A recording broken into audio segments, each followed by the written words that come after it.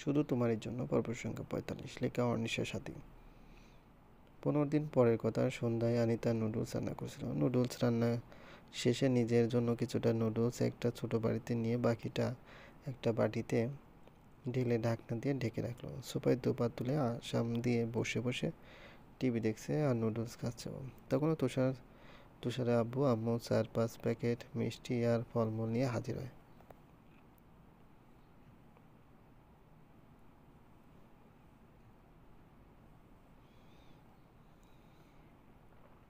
আনিতার মেজো কাকিমা সেগুলো নিয়ে কিচেনে রাখেন। অনিমা গিয়ে ওর আব্বু আর চাচ্চুকে ডেকে আনেন। সোফায় বসে সবাই গল্প করছে। তুষার গিয়ে আনিতার পাশে সোফায় বসে কথা বলতে চায় আনিতার সাথে। আনিতাও সেজন্য তার খাতিরে দু একটা কথা বলে। আনিতা জারাবকে ডেকে ওর আর তুষারের মাঝে বসালো। জারাব চিপসের প্যাকেট খুলে চিপস খাচ্ছে আর আনিতা এখনো নুডলস খাচ্ছে বসে বসে। তুষার আরও কথা বলতে চাইছিল ওর সাথে, কিন্তু আনিতা এমন একটা ভাব নিয়ে বসেছিল যে ও টিভি দেখায় প্রচুর ব্যস্ত, তাই ওর কথা বাড়ায়নি তুষার। আনিতার আম্মু আর কাকিমার ট্রেতে করে নানান রকমের নাস্তা মিষ্টি ফলমূল এনে রাখলো টি টেবিলে। তা দেখে তুষারের আম্মু বলে, এত সব ঝামেলার আবার কি দরকার ছিল? ঝামেলা কি আছে? কতদিন পর এসেছেন, এইটুকু তো কিছুই না। আজ আপনাদের কিছুতেই ছাড়ছি না।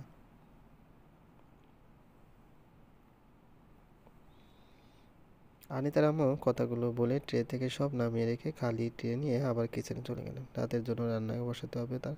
সুন্দর নাস্তা শেষে তুষারে আব্বু বললেন, বাড়ির সকলকে এখানে ডাকলে একটু ভালো হতো।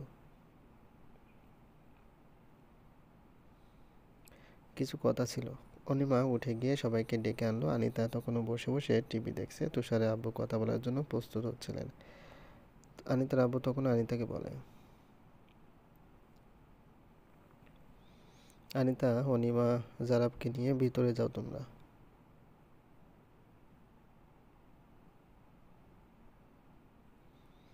ওরা উঠতে নিচ্ছিল তখনই তুষারের আব্বু বলে, থাকুক, সমস্যা নেই, তোমরা বসো মামুনি। বাধ্য মেয়ের মতো ওরা আবার বসে পড়লো। আনিতা টিভির দিকে চোখ রাখলেও এখানে সবাই কী নিয়ে কথা বলবে সেটা শোনার জন্য বসে আছে ও। তুষারের আব্বু বলে, আসলে আজকে এখানে আসার পিছনে আমাদের একটা কারণ আছে।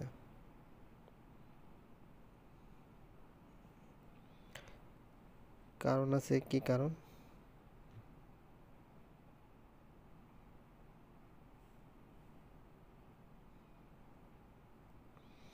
আসলে আমরা আনিতার বিয়ের ব্যাপারে কথা বলতে আসছিলাম। মানে, আমরা আনিতাকে আমাদের তুষারের বউ করে নিয়ে যেতে চাই, যদি তোদের কোনো আপত্তি না থাকে। কথাগুলো শুনে থমকে গেল আনিতা। ওর আব্বু কি বলবে? রাজি হয়ে যাবে না তো এই বিয়েতে? এই ভেবে আনিতার হাত পা অবশ হয়ে এলো।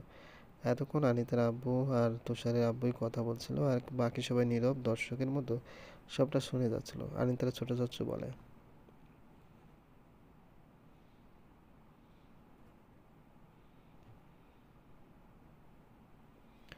কিন্তু তুষার আনিতাকে অনেক ছোট থেকে পছন্দ করে।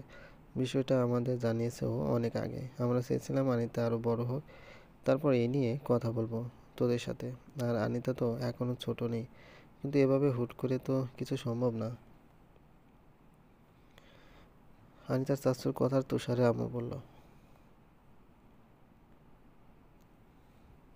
কেন সম্ভব না? ছেলে তোমাদের জানাশোনা, আর আনিতাকেও আমরা খুব ভালো করে চিনি, তাহলে সমস্যা কি আর?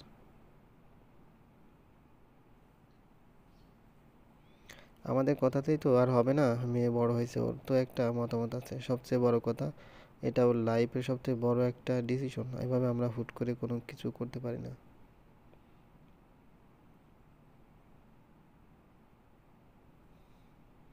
আনিতার আব্বু কথাগুলো বলে আনিতার দিকে তাকালো। আনিতা টলমলে চোখে ওর আব্বুর দিকে তাকিয়ে আছে। এই মুহূর্তে আনিতা খুব করে চাইছে ওর আব্বু যেন ওর চোখ দেখে সবটা বুঝতে পারে। ওর আব্বু যাতে বুঝতে পারে এখানে ও ভালো থাকতে চাইলেও ভালো থাকতে পারবে না, ও যে আহিয়ানকে ভালোবাসে। আনিতা খুব করে চাইছে ওর আব্বু যাতে ওকে আজ একটু হলেও বুঝে। তুষার আম্মু বলে,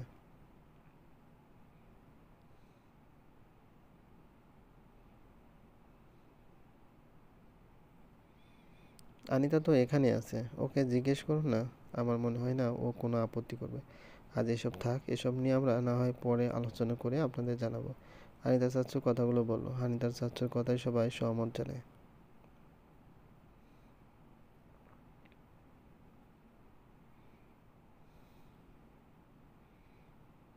তুষারের পরিবারের কেউই ও আর এ নিয়ে কথা বাড়ায়নি। আনিতা ওর চাচ্চুর দিকে কৃতজ্ঞতার চোখে তাকায়। অনিতার চাচ্চু অনিতার দিকে এক পলক তাকিয়ে ওখান থেকে উঠে নিজের রুমে চলে যায়। সেদিন রাতে তুষার ওরা ডিনার করে তারপর নিজেদের বাড়ি যায় আর বলে যায় বিয়ের ব্যাপারে কথা বলে ওদের জানাতে।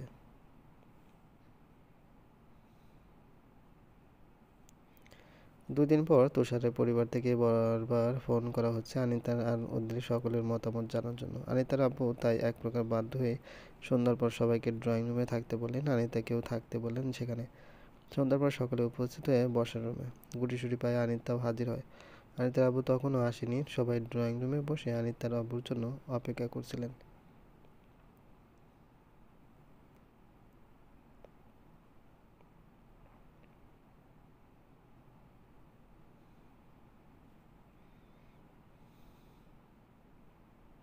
তখনই ফাহাদ আসে, আনিতাকে ডেকে বলে, কেমন আছিস বুড়ি? কতদিন পর দেখলাম তোকে। ভালো ভাইয়া, তুমি কখন এলে? এই তো ফ্রেশ হয়ে তোকে দেখতে চলে এলাম। আনিতা কিছু না বলে ফায়াজকে টেনে নিজের রুমে নিয়ে গেল। নিজের রুমে গিয়ে আনিতা দরজা লাগিয়ে দিল। ফায়াজ বিছানায় বসেছে। আনিতা ওর সামনে দাঁড়িয়ে 2 দিন আগের সব কথা জানায় ওকে, আর এটাও বলে ওর মতামতের জন্য আজকে সবাই জড়ো হয়েছে। ড্রয়িং রুমে ফায়াজ সবটা শুনে চুপচাপ বসে থাকে কিছু সময়। ওর চোখের সামনে ওরই আদরের ছোট বোন আর প্রাণপ্রিয় বন্ধু কষ্ট পাচ্ছে, অথচ ও কিছুই করতে পারছে না। ফায়াজ 2 হাতে নিজের চুল খামচে তুলল। আনিতা ফায়াজের হাত নিজের হাতে নিয়ে বলে, ভাইয়া তুমি কিছু করো না প্লিজ। তুমি তো জানো উনি আমাকে কতটা ভালোবাসে। আমরা কেউ কাউকে ছাড়া ভালো থাকতে পারবো না। একসময় হয়তো বা বাস্তবতা মেনে নিয়ে দুজনে সবটা অন্যের সাথে গুছিয়ে নিতে পারবো, কিন্তু দিন শেষে এতে আমরা কেউই ভালো থাকবো না।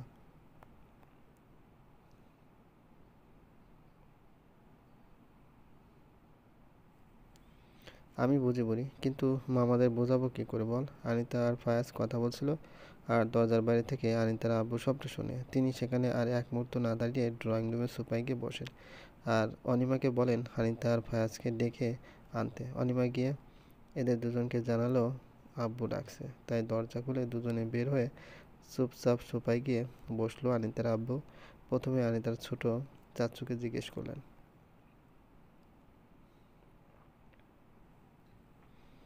তুষারের সাথে আনিতার বিয়ে নিয়ে তোর মতামত কি? এখানে আমার বা অন্য কারো মতামতের আগে আনিতার মতামত জেনে নেওয়া বেশি প্রয়োজন।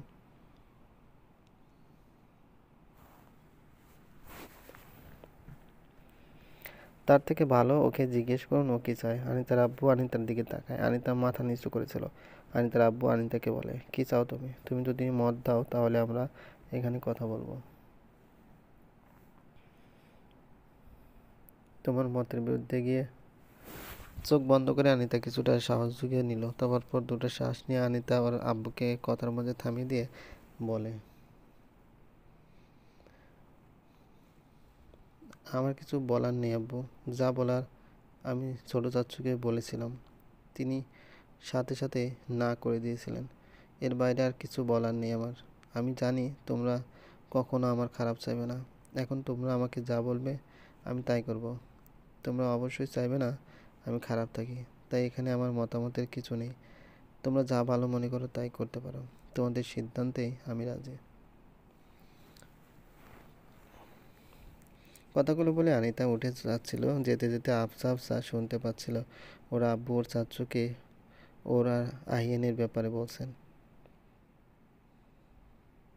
এটা বলেন একটু আগে আনিতা আর ফায়াজ কি কথা বলছিল সবটাই উনি শুনেছেন। এসব শুনতে পেয়ে আনিতা ওর রুমের দরজার পর্দার আড়ালে লুকালো বাকি কথাগুলো শোনার জন্য। আনিতার আব্বু আর চাচু দুজনে এ নিয়ে আরও কিছুক্ষণ কথা বলে। আনিতার আব্বু ফোন বের করে বলে, তাহলে তুষারের আব্বুকে না করে দিচ্ছি।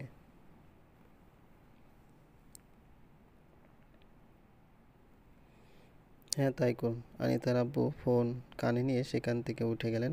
আনিতা রুমের ভিতরে ঢুকে রুম লক করে ইচ্ছামতো লাফাচ্ছে। তুষারের প্রপোজাল না করে দিয়েছে মানে ওদের সম্পর্কটা মেনে নেওয়ার একটু হলে চান্স আছে। আনিতা দরজা ধাক্কানোর শব্দে লাফালাফি থামিয়ে গিয়ে দরজা খুলে দিল। আনিতার চাচ্চু বাইরে থেকে বলে, তুষারের ফ্যামিলিকে বারণ করে দেওয়া হয়েছে বলে এই না যে তোমার আর আহিনের সম্পর্ক মেনে নেওয়া হয়েছে। এত লাফালাফির কিছু নেই।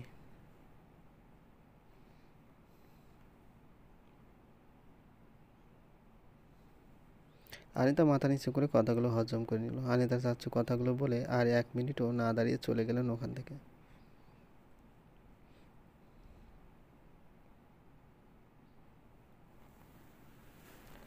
খাবার টেবিলে একসাথে রাতের খাবার খেতে বসেছেন আহিয়ান আর ওর পরিবার। নুজাইরাকে আগেই খাইয়ে ঘুম পাড়িয়ে রাখা হয়েছে। খাবার টেবিলে পিনপত নীরবতা চলছে। সকলে চুপচাপ নিজেদের মতো খাবার নিয়ে খাচ্ছেন। আহিয়ান পা দিয়ে ওর ভাই নাহিয়ানকে ডাকলো। নাহিয়ান খাওয়া থামিয়ে আহিয়ানের দিকে তাকাতে আহিয়ান ইশারা করে ওর আম্মুকে দেখালো। নাহিয়ান বুঝতে না পেরে ফ্যাল ফ্যাল করে আহিয়ানের দিকে তাকিয়ে আছে। আহিয়ান ওর ভাইয়ের দিকে কিছুটা ঝুঁকে ফিসফিস করে বলে, আম্মুকে বলো না আনিতা আর আমার কথা। ও আচ্ছা, দাঁড়া খেয়ে নে, তারপর বলছি। না, এক্ষুনি বলো।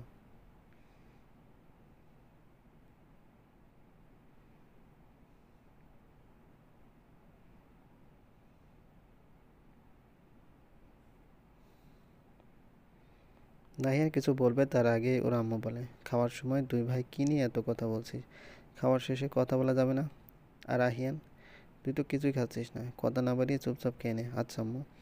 এই কথাটা বলে আহিয়ান এই এক লোকমা নিজের মুখে দিল। কয়েক মুহূর্তে পর আবার নাহিয়ানের দিকে তাকালো। নাহিয়ান চোখের ইশারায় বলল, বলছি।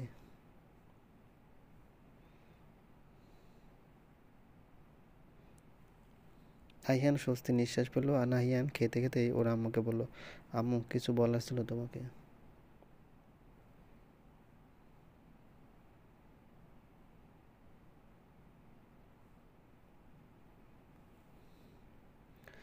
কোন বিষয়ে? আহিয়ানের বিয়ে ব্যাপারে? সেটা নিয়ে কারো ভাবার দরকার নেই, ওর জন্য আমি আগে থেকেই মেয়ে ঠিক করে রেখেছি। আহিয়ানের আম্মুর কথা শুনে সকলে অবাক হয়ে যায়। আহিয়ান চোখ বড় বড় করে ওর আম্মুর দিকে ওর আম্মুর দিকে অবাক হয়ে যায় ওর আম্মুর দিকে তাকিয়ে আছে। অবাক কণ্ঠে আহিয়ান বলে, মানে কি বলছো আম্মু? এভাবে অবাক হওয়ার কি আছে? না মানে আম্মু, তুমি আমার জন্য মেয়ে ঠিক করে রেখেছো আর আমি জানি না? আমাকে না জানিয়ে তোদের বিষয়ে কিছু করতে হলে আজকাল তোদের জানিয়ে করতে হবে? জানতাম না তো। আম্মু, আমি সেভাবে বলিনি, তুমি ভুল ভাবছো।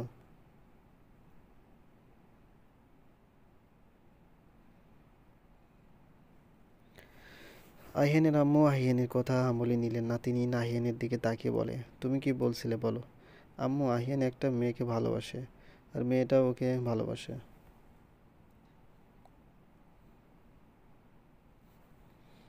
যেটা হবে না সেটা নিয়ে কথা না বলাই কি ভালো না? আমাদের সবার আনিতাকে খুব পছন্দ, এমনকি নুজাইরাও। আম্মু, মেয়েটাকে দেখলে তোমারও খুব ভালো লাগবে।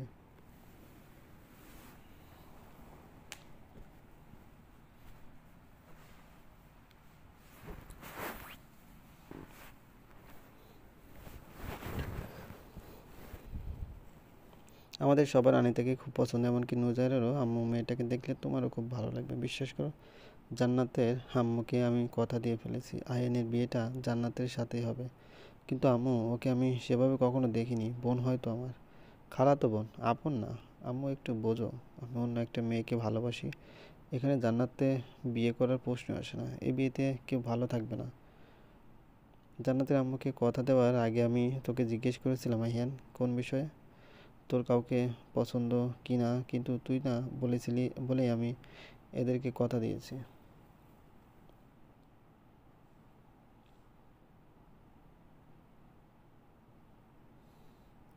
কিন্তু আম্মু, তুমি আমাকে তখন একবারও জানাওনি। আর তখন পছন্দ ছিল না, কিন্তু এখন আছে, ভুলে যা। আম্মু। আহিয়ানের আম্মু আর কোনো কথা না শুনে খাবার খেয়ে উঠে যান টেবিল থেকে। সেদিন ভালোভাবে আর কারোরই খাওয়া হলো না।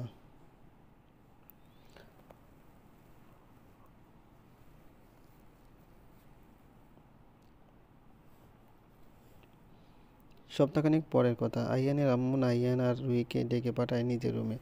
নাহিয়ান যেতেই তিনি ওকে বসার জন্য ইশারা করলেন। নিঃশব্দে দুজন খাটের দুপাশে বসলো। নাহিয়ানের আম্মু ভালো করে বসে বললেন, মেয়েটার ছবি আছে তোদের কাছে? কোন মেয়েটা? তোর ভাই যাকে ভালোবাসে? আনিতার কথা বলছো? 1 মিনিট দেখাচ্ছি।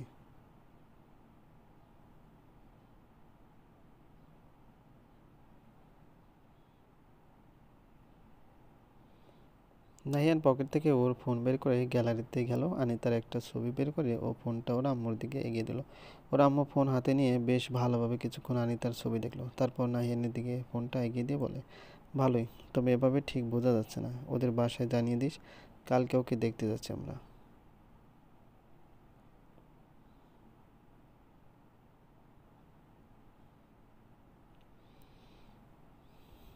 ঠিক শুনলাম তো আম্মু? হ্যাঁ। রুহি ওর শাশুড়িকে জড়িয়ে ধরে বলে, তার মানে তুমি রাজি মা?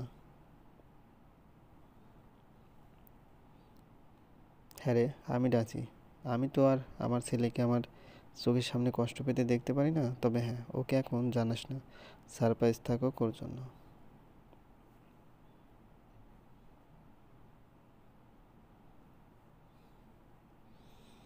ওকে আম্মু, তুমি যা বলবে। খুশিতে রুহি আর নাহিয়ান দুপাশ থেকে ওর আম্মুকে জড়িয়ে ধরে। নাহিয়ানের আম্মু দু হাতে দুজনকে জড়িয়ে ধরে পরপর দুজনে মাথায় দুটো চুমু খায়।